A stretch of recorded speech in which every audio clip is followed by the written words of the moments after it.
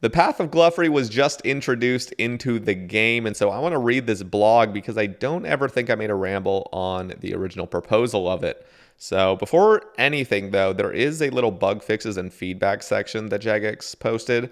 The first one's irrelevant, just talking about superior monsters spawning more frequently. But the second one's pretty important. It says, players would like us to consider buffing low-intensity mining methods after the Duke mining nerf change this week.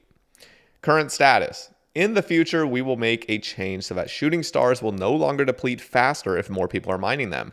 This should mean that other players can't interfere with your AFK time if you decide to engage with shooting stars. We'll try to get this in for next week's update, but if not, it will be as soon as we can. That is a great change.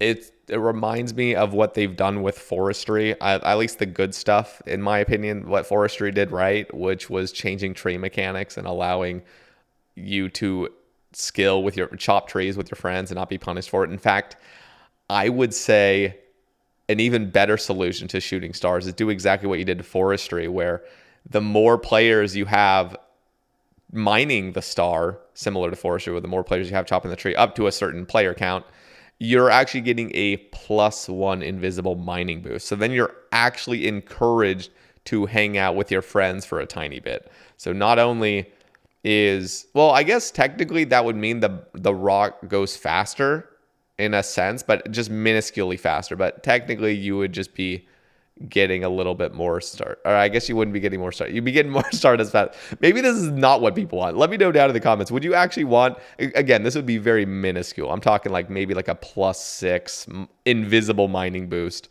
overall. So technically, the more friends you'd bring, the rock would go down a little bit faster, but all of that, the extra fastness would also equate to more XP, like the same amount of XP. This is so fucking hard to explain, but you guys, I think, understand what I'm trying to say. Would you guys be okay with that? So it's not like the more players you have, the longer the rock lasts. It's the more players you have, the better mining levels you guys all have. So technically it goes a little bit faster. So then it's not, actually, I kind of like this the more I'm talking about it, like right now, because then you actually do have the option to invite your friends, because no matter what, you're going to get the same XP and the same amount of Stardust. Most likely, like basically the same. But if you invite your friends, it goes a little bit faster, but you still get all the benefit of it, except you're just there for a tiny bit shorter time. Jesus Christ. Okay, that would be kind of cool. Also, I just need to say this as well. People have been talking about Motherload Mine and things they can change to Motherload Mine. And I'll be honest, I don't fully remember exactly how the upper level at Motherload Mine works and the lower levels, to be honest. But I at least recall back when I did it years ago that when you start mining a certain vein, then like a timer starts. And then like even if you stop mining the wall, the timer still goes down. So, if you start mining it, get a pay dirt and then leave later and then go mine it, it's only going to be at 1 because like the timer's already gone, but you'll still get that last one. So I don't know if that's still how it works, but regardless of how it works, I really think we should have a discussion about not punishing players for having other people on the world. You could really do something similar to what they've done with forestry or any other thing where you're up in the upper level.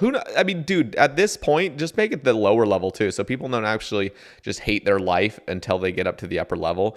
Like, imagine if all veins worked the same and you were actually encouraged to just like mine with your friends. Like, so some expert in Motherload Mine, let me know down in the comments what could be a healthy change that just overall makes the place a bit more pleasant and allows you to actually almost feel encouraged to bring your friends to Motherload Mine so you can mine with your homies. Anyway, let's get into this. Path of Glouphrie. As part of our last game... Oh, one more thing. I apologize, guys. Shout out Jagex for nerfing the Duke mining method. I mean, that was just so bad for the game. I mean, yeah, if you're going to obey the rules entirely and just stay logged in for 25 minutes, that's one thing. Like, I wouldn't care about somebody getting, 4.5k mining XP for clicking once and then logging out for 25 minutes. But you know that people are duct taping their spacebar down and just sleeping with it. So that is the biggest problem, is the fact that you could stay logged in for 6 hours and get 60,000 mining XP per hour. That is busted. I really hope the majority of players see that, although I'm lacking faith in that because of what I've seen on Reddit. So this is a very healthy change. Thank you, Jagex, for addressing that quicker rather than later. So let's now get into the blog post. As part of our last game jam, we began the process of porting another iconic RuneScape quest to old school RuneScape and made a few improvements while we were at it. Give a warm welcome to The Path of Glouphrie, the sequel to The Eyes of Glouphrie, and the next part in the Gnome quest line. In The Eyes of Glouphrie, you revealed a sinister espionage plot aimed at the Gnome stronghold. Now it seems that King Bolrin has acquired a worrying new pet. It appears that Glouphrie's new target is the Tree Gnome village. What could he be planning? Start the quest by speaking to King Bolrin in the Tree Gnome village. So here's the requirements. Pretty mid. And you get, you know what, I gotta say, I love that. If I ever make a new account and I quest on it, I mean, god damn, like questing is just the juiciest XP rewards ever now. Like it's genuinely worth my time to. I won't feel bad doing quests anymore. Some people could have a problem with this kind of amount of, XP coming from quests, and it's not like very old school, but I think this is definitely the way they should have gone about it. I probably talked about this on a previous Ramble, but I love that you get so much. New Poison Waste Dungeon. Ooh. Upon completion of the Path of Glouphrie, you will gain access to a brand new, for old school, Slayer Dungeon. Jesus. Damn. Okay, these things are crazy. Here you'll have the chance to take on deadly warped tortoises and terror birds, but wait. These aren't the beasties you remember. We've taken the opportunity to totally rebalance their stats and loot tables. And while we were at it, we've also implemented a few other quality of life changes. Players no longer need to use a crystal chime on warped tortoises and terror birds during a fight. Instead, they only need to have one in their inventory. Crystal chimes are now made from a separate crystal seed from the crystal saw. No more swapping between them. The dungeon creatures share a single warped creature's slayer task rather than having individual ones. Ooh, that's good. That's very helpful. This slayer task is opt-in, so you'll need to unlock it. That's even more helpful for those slayer Andes out there. And we're also pulling an additional block slot unlocked at 300 quest points. Woo! Let's fucking go! That's actually crazy. We're at 300 quest points. All right, the Warped Scepter tradable. We've also added an old school exclusive unique drop to the Poison Waste Dungeon, the Warped Scepter. This mid-level item is a drop from the warped creatures, which can be killed off-task if you so choose. While the drop rates will remain a secret on the first day of the quest, as is tradition, we promise to release them soon. I just really hope they haven't made... I'm pretty sure they already decided against this, so I'm not going to be too worried, but I remember when they started like making everything off task 5 times rarer. So stupid. I'm pretty sure they're not doing that with this, but yeah. Okay. Anyway, so I did see the Warped Scepter initially. I never made a ramble on it, but I just want to review what this thing actually does.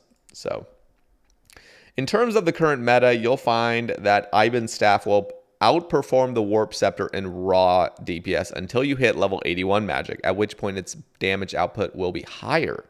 For those of you with lower magic levels, you'll find that the Warp Scepter is still a great mid-level unlock, and almost certainly something you'll want to work towards before you get your hands on your first trident. Ooh.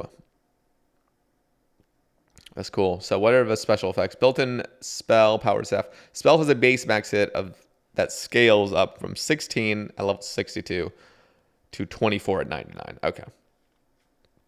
And increases damage percent, or gear that increases damage, magic damage percent will increase these max hits. Okay, that's cool. That's just the base. As the Warp Scepter is a self-powered staff, you'll be able to use it with any spellbook you choose. Its other strength is its high attack speed, which means that, what is its attack speed? 4? Which means that boosts to magic damage from Eladin's War, the Occult Necklace, the Imbued God Capes, and other items will scale more effectively with Warp Scepter than with Iban's Staff. Finally, it looks awesome. Check out the claws. It does look pretty cool. Okay, future pulled additional Slayer block slot. The release of Path of Glouphrie means that there are now a whopping 300 quest points available for you spacebar smashing crusaders to get your hands on. Currently, every 50 quest points unlocks a new Slayer block slot. We considered building this into today's update, but since the addition significantly alters existing Slayer metas, we thought we'd pull it just in case. You'll be able to cast your vote on this issue in our next poll, which is currently scheduled for the end of September. If this change passes, you can expect, like, there is nobody, not one singular person that's going to vote no to this, right? Like, am I high? Like, what? Nobody's going to vote this. You could have just implemented it. Like, we've already seen every single update in the past, like, 6 months has been all voted yes. So, like, this, I mean, come on. Of course, this is going to get into the game. But, you know, I'll hand it to them. They're at least polling it. That's you know, something to be said about that. The rest is just kind of talking about mobile and then the worlds for whatever these are. The what are they? The target world? I don't even know. The PvP rotation world? I don't know. Or wait, what is this actually? This is beta worlds. Okay, I was just waiting for the PvP rota. Okay, no, never mind. This is something else. Beta worlds. Okay, cool. So I'm not going to read the rest of that, but if you guys are interested, there is the blog post down in the description to click on. So let's see this as well. They're saying other changes. We're also launching a poll 80 change today. As of this update, the Wintertodt respawn timer is now fixed at 1 minute. A handy countdown will appear in the empty energy bar. The remaining high-priority Poll 80 changes are coming next week, including the Callisto chip damage changes and the medium diary requirement for wilderness bosses. Community feedback has told us that these changes are very important to you, so we hope you're looking forward to them. Speaking of our lovely community, you've been having some heated discussions regarding a new AFK mining method developed after Desert Treasure 2 launch. Oh, I already talked about this, but we could see it. You resourceful lot have been using the salt deposits in the Duke's fight to mine to your heart's content. While we admire your tenacity, we don't feel that this method is good for the game. We love a good low-intensity training method, but this appears to be free XP, and we don't like that. We've seen all sides of the conversation and understand that some of you don't see any harm in keeping this unintended training method around. However, we hope that you trust us to do what's best for the game, and in this case, that means making this method unviable. Oh my God. Okay, I might have to talk about this in a second as well. Again, as of today's update, mining the Duke's salt deposits for more than 5 minutes will tire you out and cause you to stop for a breather. We also have some minor changes and improvements this week. Fixed wording on the GIM interface. Okay, is there anything important besides just typos? Grand Exchange. Okay, Apocalypse Worlds. You can now check charges remaining on the Blade of Solar while it's equipped. That's nice. Wilderness Diary task that requires players to kill a lava dragon and bury its bones now completes. Okay, and Locator Orb is permitted in Castle Wars. Cool. Okay, so they said something here, like they've seen all sides of the conversation and understand that some of you don't see any harm in keeping this unintended training method around. Like, come on.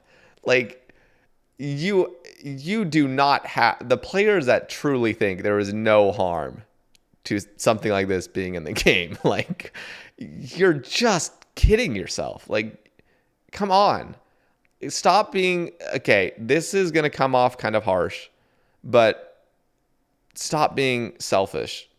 Like, if you truly think there is zero... I'm okay. I'm okay hearing an argument that's, you know, something like that can be in the game. But I'm talking about people holding spacebar down for 60,000 free mining XP every 6 hours. As in, you can go to sleep and get 60,000. People genuinely, on that point, are saying there is no harm in that. We cannot have... No. Like, that is just wrong. That is just so wrong for the game. To actually think there is no harm in getting 60,000 free mining XP overnight. That is completely wrong, and we should not even be listening at all to the players that think that's completely fine for the game. That is so horribly against the spirit of old school RuneScape. It's like just so against it. It's actual botting. So I hope that, you know, the silent, I'm assuming majority that thinks this actually is not okay in the game would help speak up about it in certain situations. And I've seen it being spoken up on Reddit threads, and it genuinely depresses me that anybody that stands for the integrity of this game gets downvoted to oblivion. It is just pathetic. Like, I'm genuinely embarrassed sometimes to be on the 2007 Skate Reddit, especially when people are just completely saying, oh, like, you know, Duke mining is totally fine. Like, there is and people will bring up the argument like, it's not affecting you, so just shut up about it. And then people get downvoted by saying it's not healthy for the game.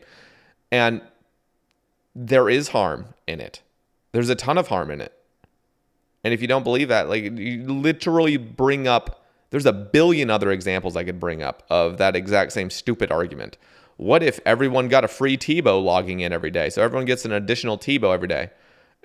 Or, you know, or you have the option to claim your free Tebow every day. If you don't need to accept the Tebow, so all those that say it's broken for the game, like, you don't need to accept it, you know.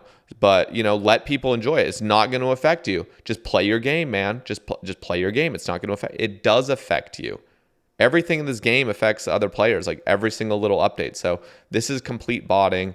And I know I'm just speaking to a lot of people that like fully agree with me right now. But for those that seriously are spewing the garbage that this is not harmful for the game and keep it, and downvoting anybody that says this is bad for the game, like, that's pathetic. And please, as I stated earlier, that's a very selfish take, and it's not healthy to even, oh my God, like, I'm about to like, okay. Cool, calm, and collected, boys. All right, so that's all I'll say about it. It's very unhealthy, and thank you, Jagex, for doing what's right for the game. Now, I am going to leave you guys at that. Drop a like if you enjoyed the video. Sorry to just go on a heated ramble again. I tend to do that now quite a bit, but I need to just spew my thoughts out. So anyway, drop a comment about the Motherload Mine thing as well for any experts in there, and what you guys think about this quest. I haven't done it yet, but I'll probably do it later. And yeah, take it easy, boys. Peace.